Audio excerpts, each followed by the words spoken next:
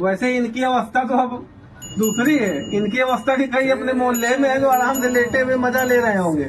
किसका सो नहीं रहे होंगे। बूढ़े लोगों को नींद थोड़ी आती है, वो सोते हैं 1-2 बजे, लेकिन परे परे सोच रहे हैं कि हमने अपनी जिंदगी में क्या पाया क्या खोया। ये नहीं कि बैठ के भजन करें तो आगे चल के उनको मोक्ष प्राप्त हो या बैकुंठ हो। जो भी है, मोक्ष तो बड़ी मुश्किल से मिलता है, बैकुंठ तक तो जा सकते हैं। ठीक है। और एक चीज और भैया, एक चीज ये कि दरबार में देखो जो भी आए, एक तो आप लोगों को ये बात बतानी भूल गई, आज दरबार में 2 लोग लड़ गए, लेडीजे नागे तुम थे कि नहीं थे? इतनी तेज लड़ गई कि हमने कहा भैया रुक जा, हमारी मर्यादा है। पंडित जी, पुजारी जी, दरबार में आज 2 लेडीजें लड़ गई। हाँ, लड़ ऐसे गई कि एक लड़की भाग गई थी, तो जो लड़की की माँ थी वो आई थी, जो जिसके साथ शादी हुई थी उसकी माँ थी वो भी आई थी। तो वो आई, हमने उनको बताया, कह रही अचानक से हमारी लड़की को गंगा स्नान होने की, मतलब कह रही कि हम गंगा नहाएंगे।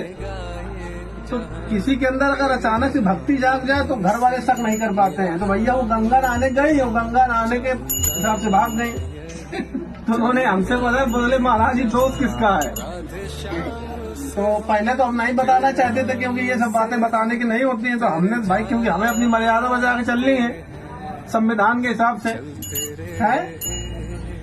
भाई वकील साहब, आप भी मौके में खड़े हैं, संविधान के हिसाब से हमें कोई अधिकार नहीं फैसला सुनाने का, उसके लिए गवर्नमेंट है, जज है। तो हमने कहा मेन गलती, हमने कहा लड़की की माँ की है। मैंने कहा जब ये 4 महीने मैके में है तो ये फोन करते हुए सुनती थी, इसको शक होना चाहिए।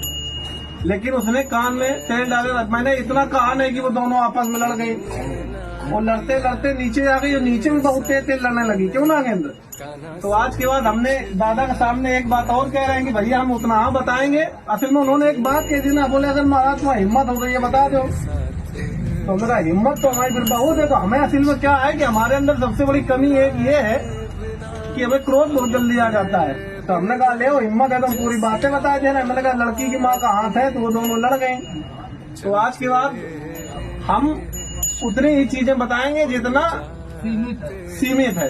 कोई हमें चाहे गरियाए और चाहे कोई ये कह दे इनको कुछ नहीं पता है। वो आप लोग क्या सीखे कि अगर कोई एकदम से कोई किसी चीज पर मुड़ने लगे तो समझ ले कुछ न कुछ खतरा है। भाई जिसने कभी अगरबत्ती न जलाई हो, एकदम से कहते मैं गंगा नहाओ, हिंदी में कह रहे हैं, तो समझ जाओ कि गंगा नहलाओ उसको, लेकिन उसके साथ में कुछ लोग भेजो, ऐसा ना हो